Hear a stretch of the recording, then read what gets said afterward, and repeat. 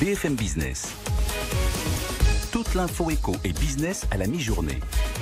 60 minutes business. Guillaume Paul. 60 minutes business continue dans 10 minutes BFM Business avec vous. On répond à vos questions, on vous donne la parole, vous qui recrutez, ça sera avec Lorraine Goumeau. D'abord, on va parler alors de cette crise.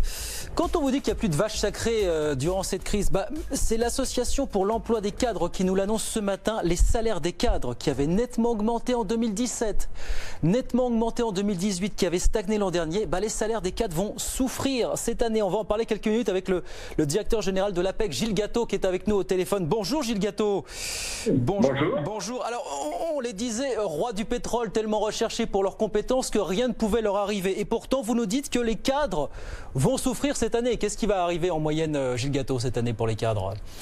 Oui, alors, on pense évidemment aux conséquences de la crise sur l'emploi, mais il y aura aussi des conséquences sur les salaires. Oui. Tout simplement parce que il y a 4 grands facteurs qui interviennent dans la dynamique positive des salaires jusqu'à l'année dernière et qui se retournent cette année.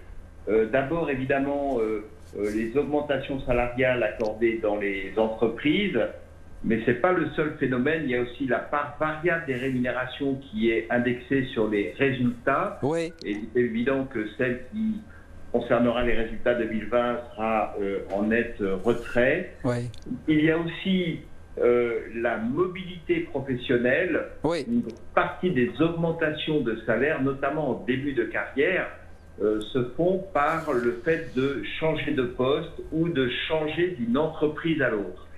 Et on peut craindre que cette mobilité professionnelle, le fait de passer d'une entreprise à l'autre, de prendre ce risque de changer, va évidemment être impacté par la crise que nous connaissons. Et enfin, il y a un 4e phénomène, oui. Ce sont les périodes de chômage. Oui. On s'aperçoit évidemment qu'après une période de chômage, la proportion de cadres qui retrouvent un emploi avec une augmentation de salaire est plus faible que celle des cadres qui changent d'une entreprise à l'autre sans passer par une période de chômage. Donc ces 4 phénomènes vont jouer contre la dynamique salariale cadre l'année prochaine. Alors, jouer contre la dynamique salariale, c'est-à-dire vous nous dites quoi? Que les salaires vont baisser ou qu'ils vont augmenter beaucoup moins vite pour cette année, Gilles Gatto?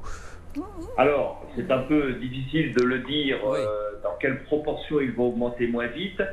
Des baisses de salaire à l'intérieur d'un même poste peuvent intervenir sur les rémunérations variables qui sont indexées sur les résultats. Ce qui va pénaliser les cadres commerciaux, les cadres des grandes entreprises principalement, on imagine. Hein.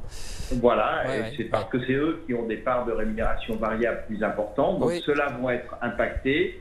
Et ensuite, c'est plutôt des moindres augmentations. C'est ça. Et sans doute pour certains, notamment les cadres qui traversent une période de chômage, on s'aperçoit que 28% d'entre eux, ça n'est pas rien. Entre le quart et le tiers retrouvent un emploi à un niveau de salaire inférieur à celui qu'ils avaient précédemment. Oui.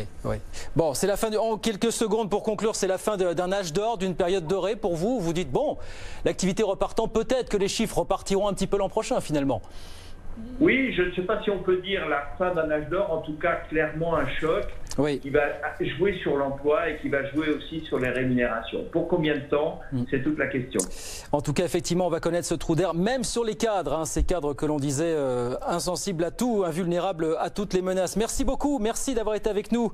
Gilles Gatto, directeur général de l'APEC avec nous sur BFM Business.